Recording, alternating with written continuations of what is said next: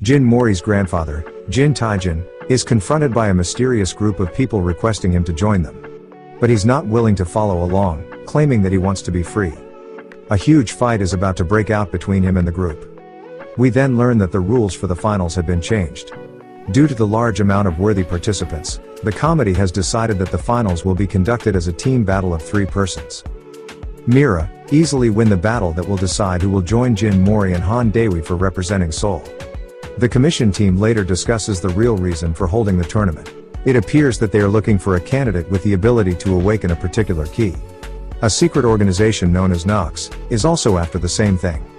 Apparently, Nox is responsible for Mira's recent marriage fiasco. At the end of the meeting, Park Moojin mentions that due to the Nox threat, he has summoned the Six, a group that he is apparently a member of. Later on, Park Moojin has a badass encounter with Na Bongchim, another member of the Six, where he got the upper hand, claiming that the old man has lost his touch. They have a discussion about Nox and the fact that it has approached Jin Taijin. Na Bongchim does not seem worried about that, claiming that Nox have lost their mind trying that. On the battlefield, Jin Taijin didn't have any difficulty defeating his multiple opponents with just a foot kick. The leader of the group then decides to launch a giant attack on him. The next day, Mori has a run-in with Na Bongchim, who apparently is familiar with his grandfather and who is willing to take Mori as a pupil.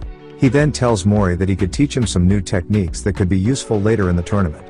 Later on, Mira is reflecting about her need to improve her level due to the fact that her techniques are inferior to those of Han and Mori. She later meets Shim Bongza, the announcer of the tournament preliminaries. He explained to her that people with unimaginable strength will be taking part in the upcoming phase of the tournament. He gives her some advices on how to channel her emotions in her sword, and then unleash it. After leaving her, he was approached by an individual who seems to be a member of Nox. Han Dewi is in the office of Park Moojin. Park wanted to make sure that Han's dedication and motivation to the tournament was not going to suffer due to the death of his best friend. Han reassured Park about his motivations. He then asked Park about what's going on behind the scenes with some people being able to summon some fighting entities. Park tells him it is Charyok, and that those people have the ability to borrow supernatural's powers from different entities. Entities such as legendary heroes, evil beasts, messengers from heaven, even gods. Park then tells him that most of the people he will be facing in the national tournament will be people having this ability. We then see 2 members of the tournaments who are facing each other. Park Lipyo and Jeagle. Suddenly, interrupted by one of the guardian of the park, Jeagle attacks the worker but his attack is stopped by Lipyo. He claims that the next time, he will crush him. Later, we have a brief look at the other teams that will be taking part of the next round of the tournament. During the presentation of the teams, Mira realizes that the announcer has been changed and is no longer Shim Bongza. We then learn he has been assassinated by one of the member of Nox. That same member of Nox, Drake, is now facing Commissioner Q in his apartment. The next phase of the tournament begins. Our trio representing Seoul faces off against the team from North Cheongshang. The format is simple, each team will fight one-on-one. With the first team to reach 2 wins, goes to the next round. Jin Mori goes first. However, when he tries to pull out the new techniques he has learned from Na Bongchim, to strengthen his attacks, he paralyzes himself. He is easily defeated by his opponent. The Seoul team will now have to win the remaining 2 matches for it to qualify for the next stage. The next fight will oppose Han to Jin Pyongyang, a 38-years-old high schooler. In the apartment of Judge Q, Drake is gloating about how he easily defeated Shim and kills his family. Thinking he has also killed the Commissioner Q, his arm has suddenly sliced off by the Charyok of Q, which is a joker holding a scythe. He then tells Drake to stop monologuing and perish. Q cuts off Drake's other arm. However, Drake's Charyok, which is a caterpillar, regenerates him. Judge Q isn't concerned about that and keeps attacking. Before launching the death blow, he's interrupted by 2 intruders. Dewi is still fighting Jin Pyongyang. He dominates Dewi with powerful attacks he mastered doing psychical labor. Pyongyang also possesses a Charyok named Thor's Hammer. He hit him with it, but Dewi, knowing that he cannot afford to lose that battle, destroys the hammer with his blue azure dragon, hitting his opponent in the process. Pyongyang faints, handing Dewi the win. The 2 intruders are Exley and Saturn, also member of Nox. Impatient, Q attacks with a deck of cards. Exley develops wings and carries Saturn into the air. Saturn then summons several hands from a shadow in the ground. Manifesting his scythe, Q begins cutting them, however, he eventually gets bound. Exley releases a sword and comes in for the final attack. However, Q is rescued by Commissioner O, though he claimed that he was handling the situation. Judge O reveals his Chariot, which appears to be a dragon. The judges seem to get the upper hand, forcing the Nox members to retreat. Drake on the other hand decided to go full day Dara and explodes himself. Q and O easily escape the explosion. In the arena, the battle between Mira and Zhang Zhongmi is about to begin. Both are armed with wooden swords. Zhongmi claims that Mira is a superior sword user. She then releases her Chariot. Using her light sword Chariot, Zhang prepares to win, but Mira uses her Moonlight Sword style number 23, Wind Willow, and shatters Zhang's sword, knocking her out in the process. Team Soul therefore wins. After hearing the events that occurs with Shim and Q, Park believes there's a mole in their organization since the administrator's addresses are supposed to be kept secret. He's also informed that Jin Taijin, Mori's grandfather, has gone missing. The second team match opposing Jeagle's team and Joan team begins. Jeagle and Joan face off. Jeagle has the upper hand. He brutalizes Joan with his sharp Chariot that crushes Joan, badly hurting him and leaving a pool of blood. Both Joan teammates and Dewi interfere to stop the bloodbath. Joan is able to stand up and launch an attack on Jeagle, but without inflicting any damage to him. But Jeagle ends up the match by punching and crushing Joan with its Chariot. Joan, in a critical condition, is getting treated. His grandfather is discussing with Park, asking why he hasn't disqualified Jeagle after what he's done. Park claimed that he didn't do so because Jeagle might be the key they have been looking for. The third matchup begins between Jella and South Chungshang. Sunga faces off against Nam. After discussing strategy with her teammates, she easily defeats Nam with a powerful kick to his jaw. It appears that the strongest member of her team is Lipyo. Due to him interfering in the fight opposing Jeagle and Joan, Dewi has been suspended. The next fight will be opposing Lipyo and Gui. Mori notices on the back of Pyo's jacket a logo that he appears to be familiar with. Lipyo has the upper hand in his fight using a foot art style technique similar to Mori's. He easily knocks and punches his opponent. Gui is hurt and decides to release his dark Chariot. Lipyo does not seem worried as he continues to use his Taiken, dodging Gui's attacks. He strikes Gui in the face with a kick, knocking him out and qualifying his team for the next round. Mori remembers the logo as being the one that his grandfather used to have on his military outfit. Wondering what relationship does Lipyo has with his grandfather. On the way home, the trio discusses the tournament and the need for them to get stronger. Mori is not interested in borrowing power from someone else and claims there is no point if the power doesn't come from within. Lipyo and Mori later meet, and after sparring quickly, Lipyo mentions that he wears that jacket to honor Mori's grandfather. In flashbacks, Lipyo remembers the death of his father and the abandonment by his mother. Feeling abandoned and all alone, he meets Jin Taijin, carrying a baby Mori strapped to his chest. He gives Lipyo a book of Taiken secrets, telling him the books used to belong to the grandfather of Lipyo. That moment changed Lipyo's life and made him eternally grateful to Taijin. Suddenly, Mori is attacked by Jeagle. Lipyo blocks the attack, warning Mori about Jeagle. He leaves him, promising not to hold back the next time they fight. Realizing he was unable to move earlier when attacked, he claims he has to get stronger. The next day, Judge Q confronts Park Mujin for not trying to save the wife and kid of Bongza from getting murdered by Nox. Park easily contains Q, using his ability, leaving him with the bill for the destruction he has caused. We then learn that Bongza's wife and child are alive, having been replaced with the marionette made by Judge P earlier.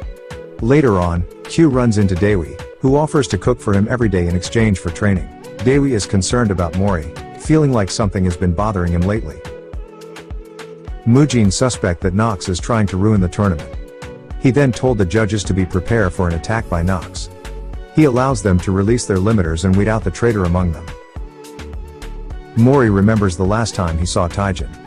It was on his 6th birthday.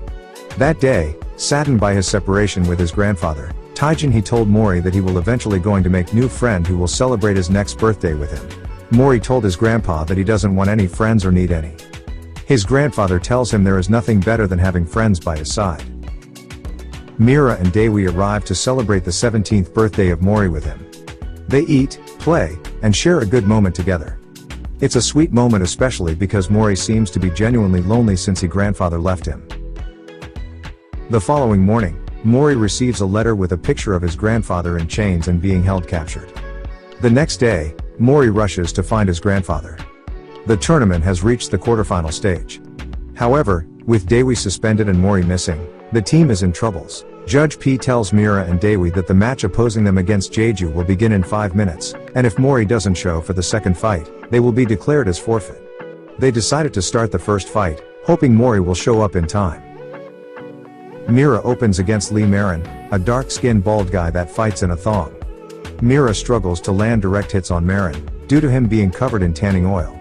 Marin attempts to suplex Mira, but she stops him by striking him in the stomach. Suddenly, Marin's teammate tosses him Myra's sword that has been taken away after her wedding.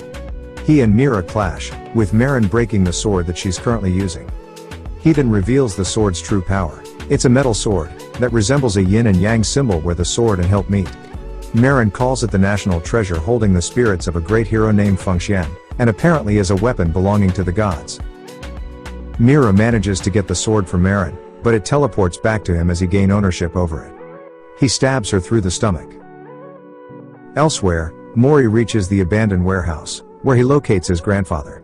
Mori tries to wake his grandfather, however, it turns out that his grandpa was a fake, and it blows up. A mysterious man apologizes for killing Mori. Thinking Mori was the key, he merely wanted to stop him from awakening. Unfortunately, for him, Mori gets up. While fighting, Mori learns that the real Jeju team that his team is supposed to face in the tournament was killed by Nox. Mori stands up, and this time, correctly applies several pressure points that stop him from feeling pain. Meanwhile, Mira is beaten down by her opponent but she refuses to give up. Before Marin hits her with a finishing blow, she hears the voice of the great hero from her sword, Lu Bu Fengxian, telling her that she is weak. Determined to get stronger, he then lends her his power, becoming a Charyok. Marin responds with his own Charyok, Kraken. Mira evades the attacks from Kraken, countering with her own Charyok. She wins, then collapses as Mori catches her. With Mori in attendance, the second fight could proceed. Mori quickly dominates his opponent. He then attacks him, using the same moves he's used earlier. He unleashes Blue Dragon Kick just as he did earlier. However, not been enough to take down his challenger, he uses another original move, the Twin Blue Dragon Kick, winning in the process. The six, all watching the fight, made a comment on how Mori has the same fighting spirits with of the person who raised him. 4 years prior to the current events, Jegal won a fight against Sungian, Lipyo cousin, intentionally breaking her leg and eliminating her chance of ever competing again. After hearing that, Lipyo confronted Jegal, beat him and asked him to apologize. Later, he's invited to take part of the God of Highschool tournament. He accepted knowing that he could request the full recovery of Sungian if he wins. Mori then learns that the real Jeju team has been murdered and impersonated by some intruders. His team will still join the semi-final regardless of that. Park Mujin then tells them the group responsible of that and which is also involved in the capture of Jin Taijin is called Nox. Mori then declares he will win the tournament and wish the return of his grandfather. It is then revealed that Jegal is also a member of Nox, killing Firn because he failed to kill Jin Mori. He then claims that the key will be his. The semi-final opposing the Seoul team and Lipyo's team is about to begin. Both teams discuss strategy with Lipyo telling his teammate that the first strike will be the key when fighting Dewi. The fight between Dewi and Sunga begins with Sunga striking him multiple times but he's able to withstand all her attacks. Dewi had an opening but due to him getting strike near the ear at the beginning of the fight, he then collapsed. Sunga then lands a powerful strike on his shoulder. But he is somehow able to block the strike with his Charyok that he develops during his training with Commissioner Q. He then sends his opponent flying with 2 kicks. Lipyo tells her to withdraw from the fight since her first strike was not effective. She refuses, claiming that she's fighting for her sister's recovery and that she will not give up because she is a martial artist. She then head to Dewi with a foot kick but he counters with his new Charyok, sending Sunga down again and winning this time. He then tells Mori that he's not alone in this and they will have to win as a team. On the other hand, Sugyeon came and tells Lipyo that she appreciates his concern for her leg but she wants him to fight for himself and keeps the promise he's made to Mori's grandfather. He then prepares for his fight against Mori. The apparent leader of Nox has attacked Commissioner P who was interrogating the false Jeju team, injuring her and kills the team. Park Mujin then appears saying that Mandoik hasn't changed and claims he never thought he will show up on his own. Mandiok sarcastically tells him he's there to help him, claiming Park Moojin has organized the God of Highschool tournament to awaken the sleeping Key, but even the Key will not have enough power to stop him and Nox. We then see the Nox members gathering around, and the commissioners, all badass, waiting for them. Mandiok then summons a massive sword from the sky, the same one he's used against Jin Taijin. Park Moojin then uses his ability to block the giant sword. Mandiok is surprised, claiming that Park Moojin's skills have improved. On the other hand, Lipyo tells Mori that if his taekwondo remains the same, he will not be able to beat him. They exchange some blows, with Mori been able to keep up for some time until Lipyo got the upper hand and kicks him, bringing him down, and then point up Mori's weakness of only fighting close combat. Mori then stands up and goes for a renewal kick, but Lipyo stops it, mentioning Mori's second weakness: he is predictable. On the other hand, Mandiok tells Park Moojin that he endures well, but it's all vain. He then, alongside the other Nox members, summons a huge black creature that he claims to be a god. Mori is still struggling against Lipyo, who keeps taunting him, claiming that he is too weak to be the grandson of Jin Taijin. Suddenly, Mori uses Myra's moonlight sword technique, swordless, cutting Lipyo. Outside, Seo Hanryong, member of the Six, appears alongside his crew and get ready to take into the battle.